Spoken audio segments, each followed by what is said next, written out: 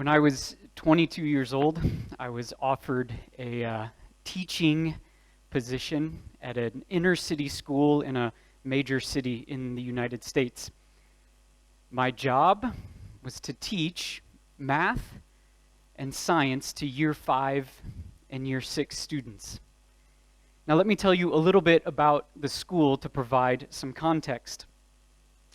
Out of the 600 students and teachers, more than 50% were from Latin American descent, and the rest were from African American backgrounds and Pacific Island backgrounds.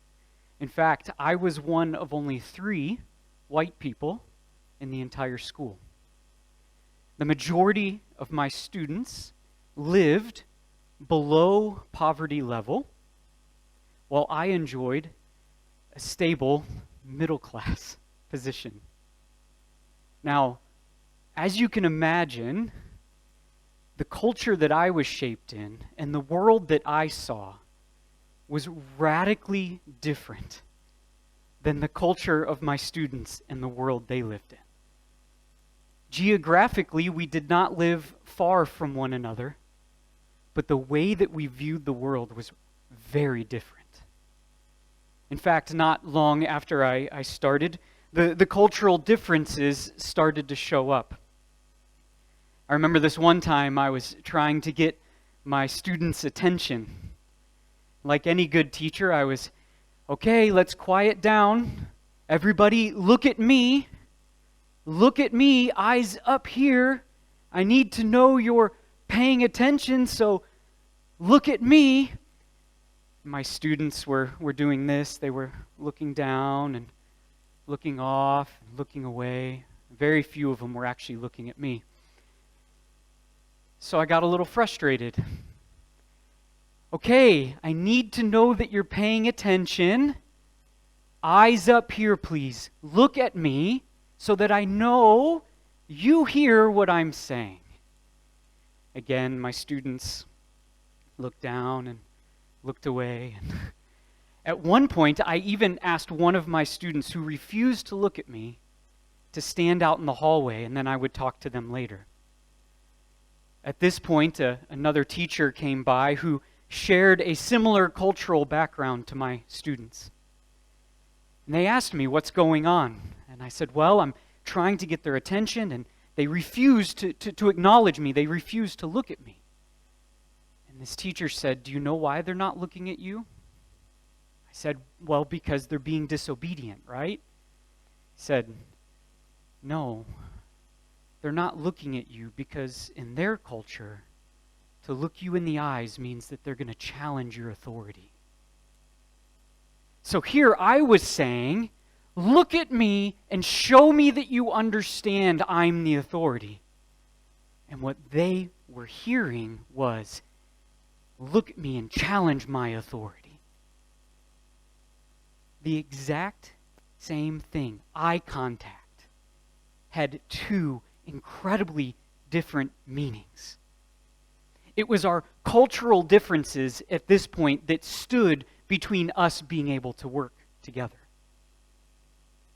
Later on that year, one of my students came to me with their parents. And the parents sat down with me and I began to talk about how their child was doing in my class. And I explained to them that this child was not really doing that well academically. But the parents didn't seem too concerned. They asked me more about how this child was behaving in class than about how this child was doing academically. So I kind of questioned that. And the response I got was very interesting. The parents said to me, Mr. Valentine, in your world, education leads to opportunity. In our world, education separates our family. Because if our daughter does well in your class, she's going to be asked at one point maybe to go off to a university. And if she has to leave us, that's going to devastate us. It was these cultural differences that stood between us. My job was to educate their daughter. And at that very point, my job stood in the way of what they desired as a family. We had to find a way to work together. Now, I wish I could tell you that we found some grand solution at this point and solved all these problems and we were able to move forward. But we didn't. But it was from this point that I decided that no matter what I did in life, I wanted to work in such a way that I would work cross-culturally with people from different backgrounds and different cultures, and that we could work together to try to solve problems. And so over the past 15 years, this has been my journey of working cross-culturally, and even to a point now where I get the privilege and opportunity to help other families who live cross-culturally. I get to help train them and teach them. Now, why do I share this? We all are living in an ever-increasingly interconnected world. Not just on social media or through technology, but through the actual physical movement of people around the world. We have to look no further than our recent pandemic to see how interconnected our world actually is. Now, with this ever-increasingly interconnected world, the probability that we will have to work with people meaningfully who come from different cultural backgrounds than we do is only increasing. And one of the greatest roadblocks to us being able to successfully work together will be our understanding of our own culture and other cultures and how they interact. This is why I really believe that one of the greatest skills that we can work on is what we call cultural literacy. Now, what is cultural literacy? Well, let's start with literacy. What does it mean to be literate? To be literate means that I can read certain words, sentences, paragraphs, and texts in a particular language with a degree of fluency that I can understand what's written. Now, to come to an understanding of what's written, we do something called exegesis. This means we look into the text and we try to understand what it is the author of the text is communicating to us. Let's take a poem, for instance. Okay, we're going to read a poem together. Now, instantly we see it's a poem. Poems have certain forms and structures. Poems communicate in a certain way. You don't have instruction manuals to put together your furniture written in poetry. A poem is a poem. It's not a historical work. It's not an autobiography. It's a poem, and it has a form and a structure. And so we want to understand that as we read it. Then we want to look at the words of the poem. What do these words mean? Not just what do the words mean to me, but what did the words mean to the author of the poem? Words can change meaning over time. So we want to understand what the words of this poem meant to the author or the writer of the poem. Then we might also want to study the history around the poem or the history of the author of the poem to try to understand better what is being communicated through the poem. This is exegesis. So it is with cultural literacy. Cultural literacy is being able to read cultural texts communicated to us through things like music, words, film, actions, artifacts, architecture, dance, and to be able to read what's being communicated to us through these things with such an understanding or such a degree of fluency that we can understand what's being communicated to us. Now that I open this up a little bit to the idea of cultural literacy, my hope is that you're going to start seeing this everywhere. I have a book I read to my kids called The Math Curse. And the Math Curse is about students who learned about math and then all of a sudden they start seeing math everywhere.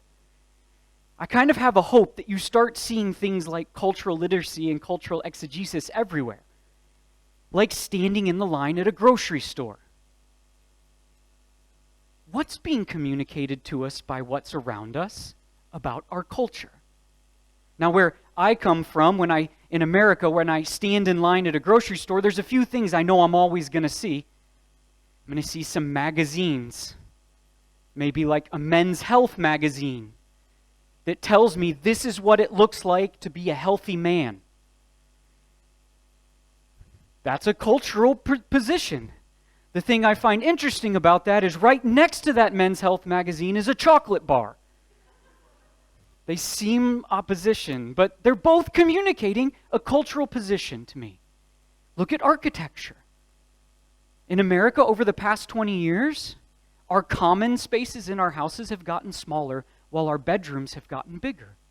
Why is this? What's being communicated culturally to us through these things? Now, I believe, like I mentioned, that we all are going to have the opportunity to work with people from various backgrounds, and we want to do so in a successful way. So how can we grow in our cultural literacy and cultural exegesis? I want to give you just a few things to walk away with. The first is this. We need to learn to move towards people who are different than us and not away from them. Now, when we work cross-culturally, this can be intimidating. But just like a written text, we can't learn about a written text unless we engage with it. We can't learn about people from different backgrounds and cultures unless we engage with them. Now, engaging with them can lead to misunderstanding. It can lead to a sense of loss, maybe hurt feelings. But I don't want you to have fear in that area. I want you to overcome that and say it's worth it moving towards people from a different background. Ways that you can do that. Go to a language night. Go to a cultural event. Simply put, move yourself into a position in which you can engage people from different cultures and backgrounds. Now, when you do that, the next thing that you want to do is you want to try to understand a culture. Understanding someone else's culture could come from learning the history of the culture, or learning language, or learning about music, or learning all of these different things. But we want to seek to understand. And again, we want to understand what the person in that culture is trying to communicate, not just what we think they're trying to communicate. So we want to dialogue with people and ask questions. What did you mean when you said that? What did this mean when this happened? And what we want to try to do is be very careful about bringing the values of our own culture and all of a sudden putting them on top of somebody else's culture. And we start saying things like, well, that's kind of weird, or that's kind of silly. But we want to let the author of that culture, or the person that's in that culture, speak through their cultural texts, and we want to seek to understand them. What this also means is that we need to understand our own culture. We need to take time to reflect and say, why do we do what we do? What has shaped us? So that when I engage people from different backgrounds, I don't take my culture and just put it on theirs and try to assume I know what they're saying. A couple years ago, I had the opportunity to visit some friends in a different country, some friends I work with. And I want to share just briefly a couple stories from that trip to highlight what I'm mentioning. The first one is I noticed in this context when I was traveling around with my friends and meeting new people, I would go to shake people's hands. Because where I came from, this is my way of saying, I'm friendly, nice to meet you. This is my cultural expression. Well, instantly I realized that the women I was meeting, they would move their hand back. And so I thought, uh-oh, something's going on here. So I asked my friend, why is it that I'm going to shake somebody's hand and they pull their hand back? Is there something wrong? And my friend said, well, in our culture, how do you really shake a woman's hand? Because if you shake it too hard, you're trying to dominate them. But if you're too weak, then you're not masculine. So we avoid that altogether and we don't shake the hand of a woman. that same day, we went out to eat with this family, and we're all sitting around a table, and we're having chicken wings. Gotta love chicken wings, right? We're eating, and we're done. I'm done. At least I think I'm done, right? And I look around the table, and everybody else is done, and my friend who's from this cultural background looks at me, and he says this, "You must have happy dogs." What? I must have happy dogs? And I look around the table and I notice something. Everybody else at the table had completely cleaned the bone from the chicken wing. Mine still had meat pieces hanging off of it. I must have happy dogs, because where's that food going? Now, these might sound silly, but a lot of the times these are the cultural differences that can actually keep us from connecting well with people and working together. So if we want to journey well together, we have to walk through cultural literacy and cultural exegesis. And I think as we do so, what we will realize is this. We will start to see the value in humanity. We will start to see the value in other people who are completely different from us. They see the world completely different from us. But we will see value in them as a human, seeing the world completely different from us. And then I think this will help us solve some problems together. Because sometimes all that's needed is a different perspective. We need to see things from a different angle. Sometimes the best way to do that is to engage people who see the world differently, and maybe we can solve some more problems together. Now let me leave you with this last thought. Diamonds are bright, and they're brilliant, and they shine. Do you know why? Because they have all these little edges and cuts in them. Actually, they say the more edges or cuts you put into the diamond, the more brilliantly it shines. Think about that in regards to humanity and culture. As we see more culture, I think humanity will be shining and brilliant. Thank you.